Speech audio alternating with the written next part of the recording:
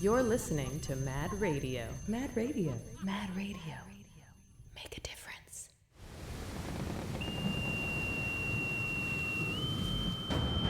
Quick, me lads! Hoist the rigging! Aye, Captain! Splice the main brace! Batten down the hatches! Aye, Captain! I'm going below deck to get the show started.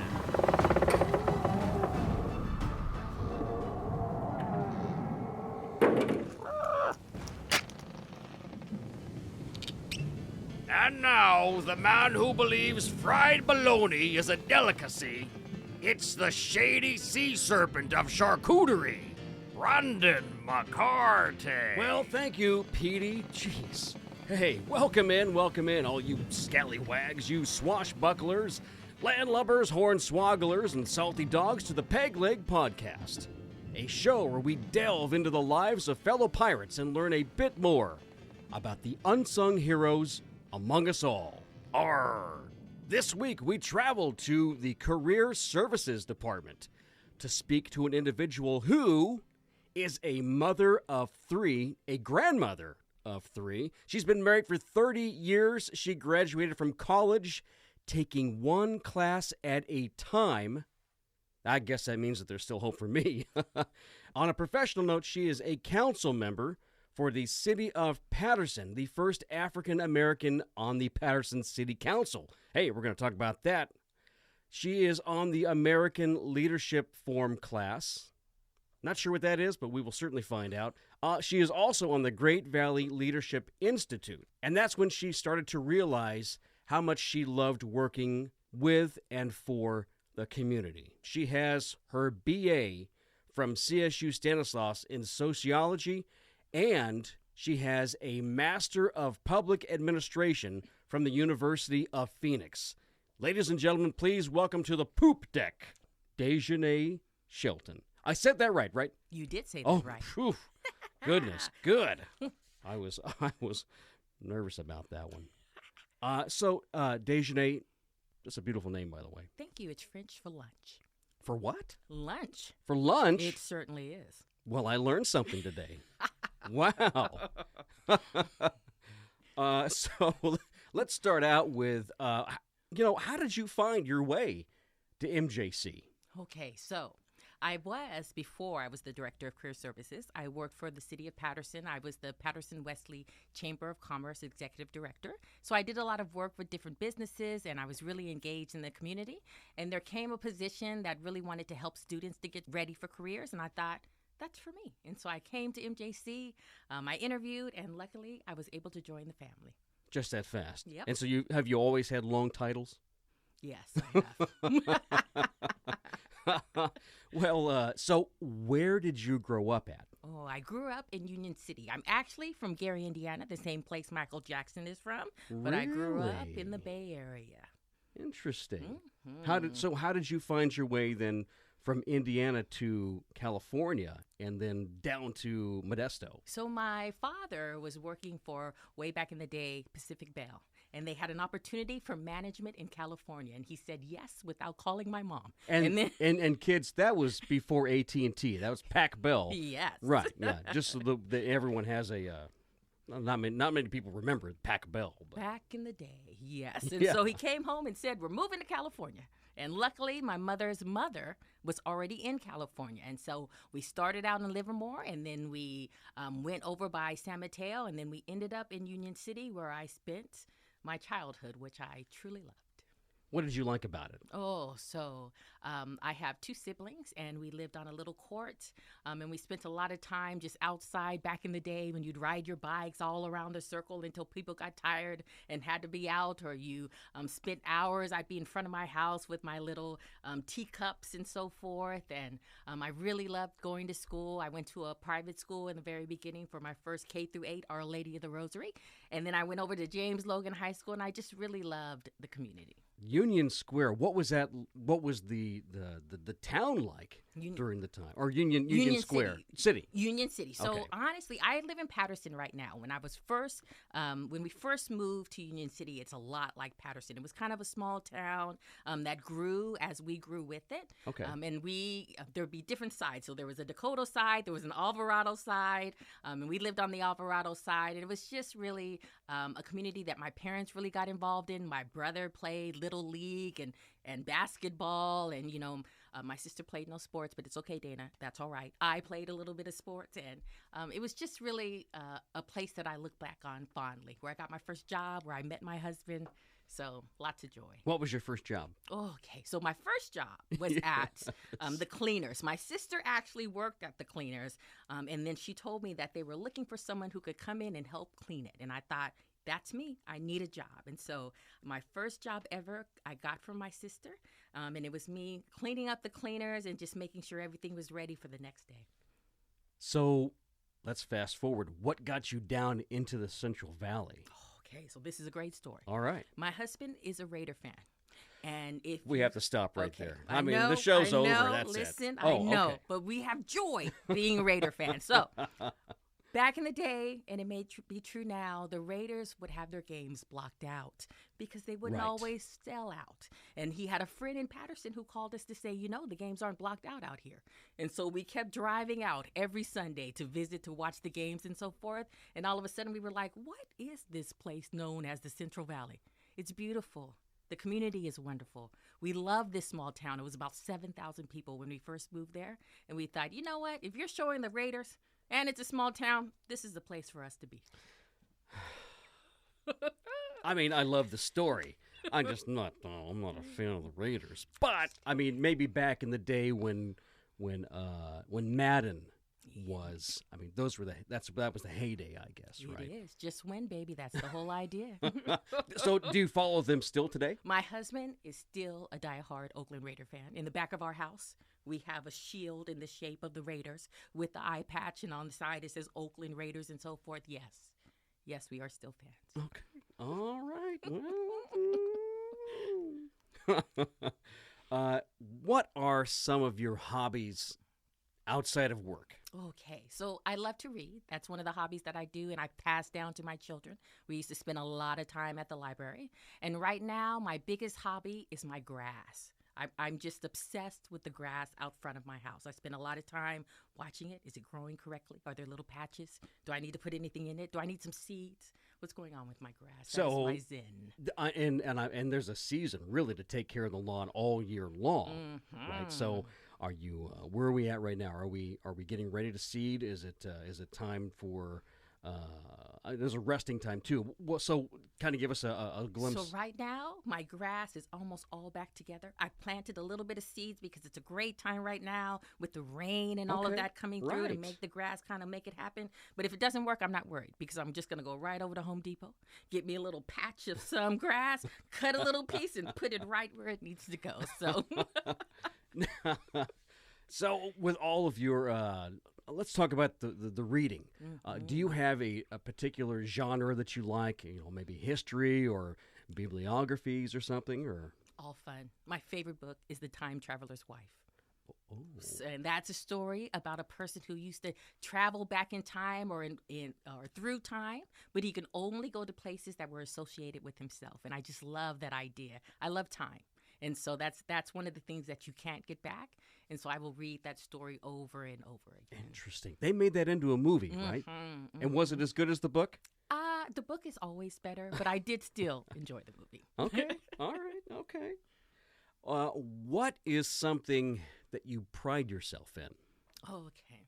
I pride myself in my family, its reputation, and maintaining that reputation, and giving back to the community. That's something that my family has taught me since I was little. They were really involved in the community. My grandmother was really involved in the community. And so I take a lot of pride in continuing that legacy. Now, you said family. Obviously, we got to talk about the grandkids, right? Yes. What are your grandkids doing? Okay, so I have 3 wonderful grandchildren. My first one is the oldest, Zaylin. Then I have Callie. She's my middle. And then I just have a new grandbaby, Kasia. She just turned a year, and we went to Disneyland for her birthday just a little while ago. And they are nothing but joy and happiness. And I give nothing but joy and happiness to my little grandchildren. That's all I want to do. They just, I love my kids so much. They brought me so much joy. And my oldest daughter, who provided me with these grandchildren, have just surpassed the joy that I thought I was going to have in my life. And you get to spoil them and send them home. That's right? exactly what I That's do. right. What is something that motivates you? Oh, I would say the same thing, legacy. The importance of being able to say that I was here. I made a difference. I had an impact. That the future's going to show, hey, there was a Dejeune, and she did this, and she helped here, and she was involved. And so that's something that just motivates me to keep going, to be able to show my grandchildren, look at that I did that, or you can do this too. And so that's my motivation. Excellent. So one of the things that we didn't even get to yet is all of the things that you're doing, I guess, in Patterson, things that you've been involved in, and councils and stuff that you've been on, and leadership institutes. Tell us a little bit about those things. Okay, so when I came to Patterson, I worked for a small organization called the Westside Community Alliance that was part of the Patterson Unified School District. And there was an invitation from Carol Whiteside back in the day, who was a part of the Great Valley Center. She was the mayor here. She was. And so Yes. she invited us out to apply to be a part of the Great Valley Leadership Institute. And that was where you could really get in and learn to be a leader and be surrounded by people who were also leaders. I was accepted into the class, and it was my first real awakening into the idea that this is something I want to do. And that my ideas, sometimes I'd be with friends and I'd talk about, we need to take this action, or maybe we should do this. And they'd be like, sure, we should. And then I got with this group and they were like, yes, we could go together. We could come up with a group. We can make something happen. And so it kind of just launched me into the community. And it is the place that told me, you know what, Dejeune, if you really want to make an impact, you should consider running for the city council. And I thought, me? How could I run for the city council? And so a couple of years later, there was an opportunity for me to run, and I decided, you know what, I'm going to try. And there was a little application fee, and I was thinking, I don't know what I should do. So I reached out to a fantastic advisor. His name is David Parker. He's my father. And I said, Dad, I'm thinking about running for city council. There's an application fee. And he said, I'm going to pay for that fee because you'd be a great council member. I said, well, Dad, thanks so much. And so I went in and I did all of these things, and I ran and all of that. And when I came back, I was like, I won. He goes, wow. Well, look what you got yourself into. And I thought, wait a minute, we're in this together. But no. And so, but it was so wonderful being able to lead the city. It was during a time when we were just updating the general plan, and it was before Walmart was there, and we were thinking about a skate park and so many different things. And so that was something that really shaped how I wanted to be involved. And after that, I was a part of the Great Valley Center, and I had an opportunity to be with the American Leadership Forum. And that is still taking place right now. And that is a group of leaders from San Joaquin, Stanislaus, and Merced County who come together to find different ways to address community issues and just be a support to the community. And I'm still involved with that. I was in Class 2. I'm the ambassador for Class 2 right now. And it's just a way that I can give back to the community and stay involved and try to make a difference. I think we all need to be doing that. Geez, to make our cities and towns exactly what we want them to be, right? To get our ideas heard and everything else. Mm-hmm. That's awesome. What do you like about the MJC community as a whole? Oh, so what I love about MJC, and what I always tell everyone, is that we all care about the community. We care about our students. We care about our impact. We care about the work that we do.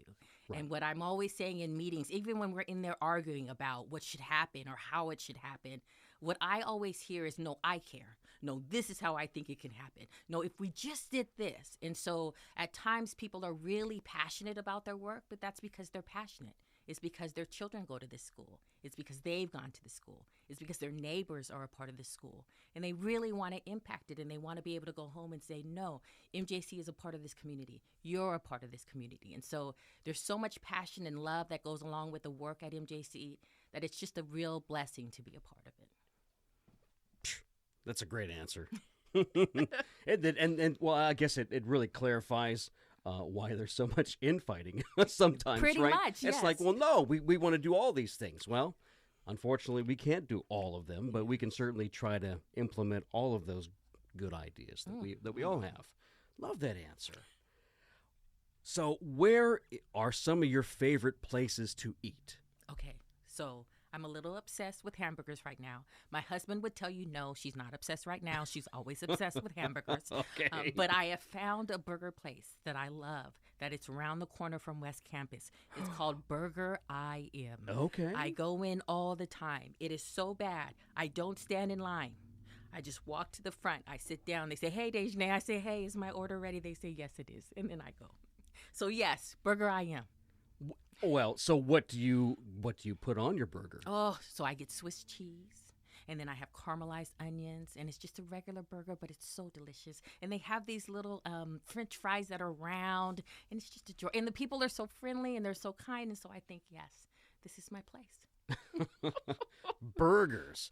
So besides Burger I Am, what do you look for in a burger? Where have you had a really good, juicy burger? Okay, so Almondwood also. I'm also obsessed with Almondwood in Patterson. Okay. They have a blue cheeseburger. I have to tell you that I just started learning to love cheese when I was in like my 20s because I didn't like pizza. I was weird. I did not like cheeseburgers. My husband said I was weird. And then, but then recently I just discovered, you know what? Cheese, it's delicious. And so blue cheeseburgers anywhere just gives that flavor pop that makes you feel like you're loved. And so that is my most recent kick is at Almondwood in Patterson. Get you a nice burger and then put some blue cheese on it. You will not go wrong. Dang. So speaking of cheeses, have you been to Camp 4 then? Have you had the opportunity to try different cheeses like goat's milk and brie and all these other ones? But I'm going to have to make a trek out there. I think you do. Yes. I think you do. I'm not trying to sway you. No. Because I like a good burger too. Okay. But if you will, tell us a funny story or experience that you've had either professionally or personally. Okay. So my husband seems to think this story is very funny. And now that I look back on it, it can also be funny to me. But we had a small fire at my house the other day, what I consider a small fire. And so I was out for a walk, and I come walking home, and there are people across the street just staring at my house. And I'm thinking, I wonder what they're looking at. And so I'm still walking away, and all of a sudden I start getting closer, and I get closer, and I realize, oh, something's on fire. I wonder what that is. And so I just keep walking, and I go, oh, that's my house is on fire. And so I ran over and I'm going, my house is on fire. And the people across the street go, we know, we called the fire department. So I run in the house and I tell my husband, the house is on fire, but obviously I was not very clear. And so he couldn't understand what I was doing. And so I'm running all over the house. I'm going into cabinets. I'm going into the pantry. I'm going into the closet. And he goes, what are you doing? I said, the house is on fire. And he goes, okay, we need to leave. I go, no, I got the fire extinguisher. I'm going to get the fire extinguisher and I'm going to put this out. And so he's looking at me and I'm looking everywhere for this fire extinguisher. And I finally find it. And it was about the same size of a water bottle. Yes. And so he grabbed me by my hand and he said, no. We're going to get out, my love. Leave that fire extinguisher there, and we're going to wait right outside. And so I thought to myself, yeah, that is true. He said, you looked like I don't know what coming in, looking for this fighter, thinking that you were going to put this fire out with this little extinguisher, knowing that, no, I was not going to be able to do that. So that is my experience for this last year. Was it what had caught fire, and then how did it start? Okay, so my neighbor came home, and he usually come home, he relaxes a little bit, he has a cigarette, and then he kind of goes in. And the cigarette somehow caught fire to a wardrobe or something. And so it just it just took up our fence and a little bit of the side of the house, which would have been fine. The fire department came, in Patterson, we're a small town, and so we have a couple of different fire agencies, and we have quite a few trainees for fire and volunteers and so forth. And so it was almost like a little party. We had all kinds of fire trucks. People were coming from all over the city. Hugs were being made in the street from those who hadn't seen each other in a while. Children were showing up because people hadn't seen their kids for a minute. And then, it was it was something. And so the fire department had a lot of trainees who were in there trying to learn and make sure everything was happening. And one of them was using the chainsaw. and they chainsawed through all of my electrical. And so the fire didn't take stuff out, but that chainsaw certainly did. That's interesting. Yes. Somebody needs a little more training and stuff. Well, I gotta visit this town. I've been through it, but I haven't really experienced. listening to Patterson. me, I will get you to move to Patterson. I love that town and our little circles and everyone who's there. It's the best. Interesting. Who has been one of your biggest influences, either professionally or personally? I'm going to say that my sister is my biggest influence. She is almost like my second mom. When I was little, she gave me the nickname of the pest because I wanted to be with her all the time. And she was like, "You are such a pest." But everything about her I thought was wonderful. She has a sense of fashion, and she's beautiful, and she's so kind, and she's super smart, and she loves to read. And I've just never known her not to be able to do anything. And she's always in my corner. I can always count on her. She is my confidant and my best friend. And my brother is the exact same. And so I would say that in my life, my siblings, I'm the youngest. So I always say that I've spent my entire life looking up at them thinking, wow, they are amazing. And I still honestly feel that way. If someone asked me, I'd say that I consider my brother like a superhero. There's nothing that he can't do, and there's nothing he wouldn't do for me or his family. He's a wonderful man. He's kind. He's helpful. And he loves me, and that's wonderful. I have a sister. That's about all I'm going to say about that.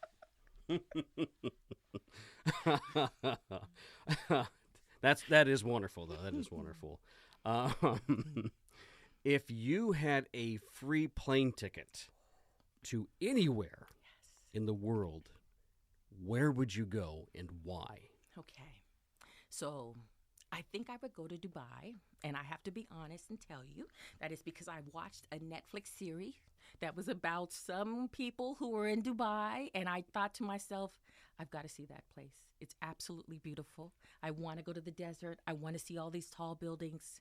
I don't know if I want to be on the plane for that long, but if I had a ticket, and that's the place my husband also says, okay, I'll leave the country for there.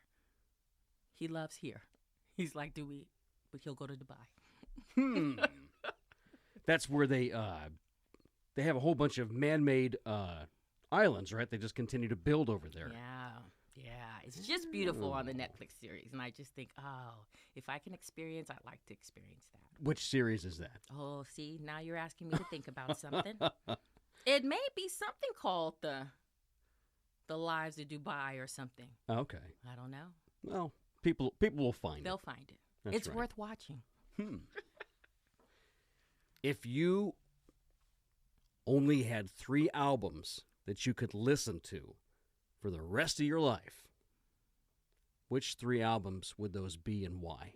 Okay. So I would say that the first album would be The Best of Anita Baker, because anything Anita Baker sings, I would enjoy, so I could always like to have that. The second album would probably be Usher's Confessions, because every song on that track is fantastic. And the third album would probably be Brian McKnight, Anytime. That was a time when me and my friends were traveling, and we went to Vegas on a road trip, and we listened to it all the way down. So I have nothing but good thoughts whenever I hear that album. Well, you were quick on that one. Normally, people have a hard time trying to come up with exactly what it is that they would have with them, but that's a pretty good selection right there. Mostly because I'm not a music connoisseur, so I probably only listen to a few albums. Well, that makes it easy, I suppose. Okay, so do you have any parting words of encouragement for us? I do. What I would say is that I'll give you the same words that my mother gave me when I was thinking about leaving college, because I was planning to get married and have a baby and so forth. And she told me that time passes anyway. So you might as well take that time to get your education. And she says that it doesn't matter if you took a class at a time, as long as you finish. And that if you get that education, it's always yours. And what I learned from that is that if you just keep pursuing something, even if it's slower than what everybody else is doing, even if people tell you you're never going to finish that, even if you think yourself, why am I doing this? If you just have a goal and you keep working towards it, then you can find success. And success can look for you the way you need it to look, right? People are always trying to tell you how you should win. And I have a team member who's always talking about winning your own way. And so that's the advice that I would give you, that look for your own wins. Don't let people tell you when you've won, but celebrate those wins with everybody. Wow. That's awesome. That's awesome. Dejeune, thank you so much for being on the podcast and giving us a window into your life. Really appreciate you being here. Thank you for having me. Well, the winds are picking up and the barnacles are collecting on the bow. Time for us to set sail, me hearties. This episode was brought to you by Moe's Tavern, produced by a one-man band, myself. Edited by that bird over there who's going to find himself back in his cage if he doesn't behave, Patchy the Parrot. And music by Tony's Trumpet Trio. Hey, thanks for all the support and comments you've been leaving. I love it. And we have so many more guests to come, so continue to listen and support this podcast. You can always get a hold of us at peglegpodcast@gmail.com. And as always, remember to keep your booty close and your sword sharp, lest you find yourself swabbing the deck on the bottom of Davy Jones's locker. Until we meet again.